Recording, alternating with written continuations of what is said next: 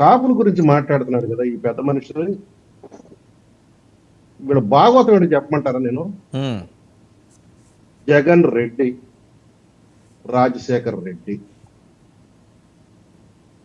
అసలు ఈ కాపులను మోసం చేసిన వాళ్ళలో వీళ్ళిద్దరూ అగ్రగణ్యులు. ఏ రకంగా అగ్రగణ్యులో నేను ఇప్పుడు మీకు సోదాహరణంగా వివరిస్తాను.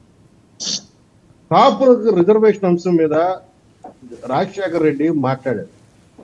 నేను రిజర్వేషన్ బీసీ కోటాలో పెడతానన్నారు. నమ్మారు, ఓట్లు వేశారు. కానీ అడిగిన కాపులకు రిజర్వేషన్ ఇవ్వకుండా అడగని ముస్లింలు తీసుకెళ్లి రిజర్వేషన్ ఇచ్చాడు ఆయన.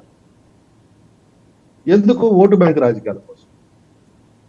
ఇచ్చినప్పుడు 5% వాళ్ళకి ఓట్లు రిజర్వేషన్ ఇస్తే సుప్రీంకోర్టుకి వెళ్తే సుప్రీంకోర్టులో ఇది 50% దాటింది కాబట్టి చెల్లదు, 4% వరకు అంటే 4% వరకే ఇచ్చాడు ముస్లింలకి రాజశేఖర్ రెడ్డి.